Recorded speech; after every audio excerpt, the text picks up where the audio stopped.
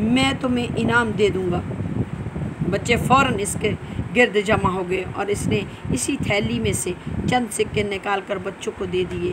بچے سکے لے کر خوش ہو گئے اور اپنے اپنے گھروں کی طرف چلے گئے تاکہ جا کر اپنے گھر والوں کو انعام دکھائیں۔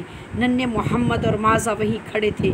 محمد نے ماذا کا ہاتھ تھام کر اس سے کہا، مجھ سے ناراض نہ ہونا، ہم پہلے بھی دوست تھے اور آئندہ بھی دوست رہیں گے، نیک اور سچے دوست۔ ماذا نے سر اٹھا کر کہا، محمد ٹھیک کہہ رہے تھے، یہ تو بہت اچھا ہو گیا کہ اس شخص کو اس کے پیسے مل گئے اور ہمیں ہمارا انعام مل گیا، اور وہ بھی حلال۔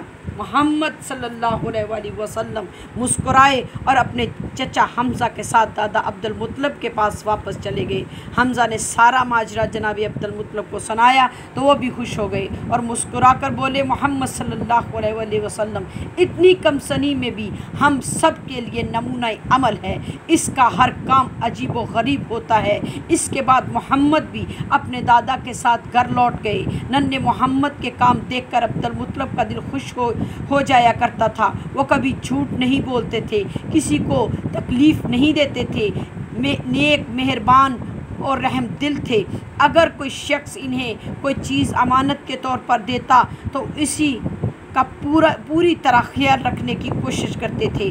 آپ دوسروں کے غم میں رنجیدہ اور ان کی خوشیوں میں شریک رہتے تھے۔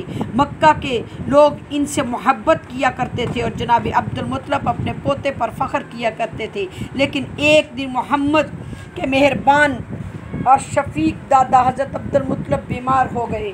اس وقت محمد صلی اللہ علیہ وآلہ وسلم کی عمر 8 سال تھی۔ آپ نے اپنے دادا کی بہت خدمت کی، وہ ان کے ساتھ دیر تک باتیں کرتے اور انہیں اپنے ہاتھ سے کھانا کھلاتے تھے۔ جناب عبد المطلب جانتے تھے کہ یہ ان کی زندگی کے آخری ایام ہیں، اس کے لیے وہ کمسن محمد کے طرف سے بہت پریشان تھے۔ ایک دن انہوں نے اپنے تمام بیٹوں کو جمع کیا اور بولے، اے میرے بیٹو، ہم سب کو ایک نہ ایک دن اس دنیا سے رخصت ہو جانا ہے، اب میری باری ہے۔ میں تم سے چاہتا ہوں کہ اپنے بھتیجے کے ساتھ اچھا سلوک کرنا۔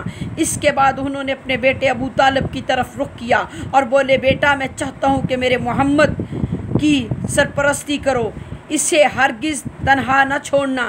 عبد المطلب کی آنکھوں میں آنسو آ گئے۔ انہوں نے کہا، بابا، آپ تو جانتے ہیں کہ مجھے اپنے بھائی عبداللہ سے کتنی محبت تھی، آپ اطمینان رکھیں، میں اس کے بیٹے کا اپنے بیٹوں کی طرح خیال رکھوں گا، اب میں اطمینان سے اس دنیا سے رخصت ہو جاؤں گا۔ عبد المطلب نے مطمئن ہو کر کہا۔ حضرت عبد المطلب کی وفات کے بعد جناب ابو طالب محمد کو اپنے گھر لے آئے۔ ابو طالب کی زوجہ فاطمہ بنت اسد ان کو دیکھ کر بہت خوش ہوئی۔ انہوں نے ایک مہربان اور محبت کرنے والی ماں کی طرح کمسن محمد کا خیال رکھا اور محمد کی وجہ سے جناب ابو طالب کا گھر منور ہو گیا۔ حضرت ابو طالب علیہ السلام جہاں بھی جاتے محمد صلی اللہ علیہ وآلہ وسلم کو اپنے ساتھ لے کر جاتے اور سب سے کہتے، محمد مجھے جان سے زیادہ عزیز ہے۔ فاطمہ بنت اسد بھی کہتی، محمد اپنے بیٹوں کی طرح سے پیارے ہیں۔ اسی طرح محمد صلی اللہ علیہ وآلہ وسلم نے جوانی کا زمانہ اپنے چچا کے گھر میں گزارا۔ اللہم صلی علی محمد وعلی محمد۔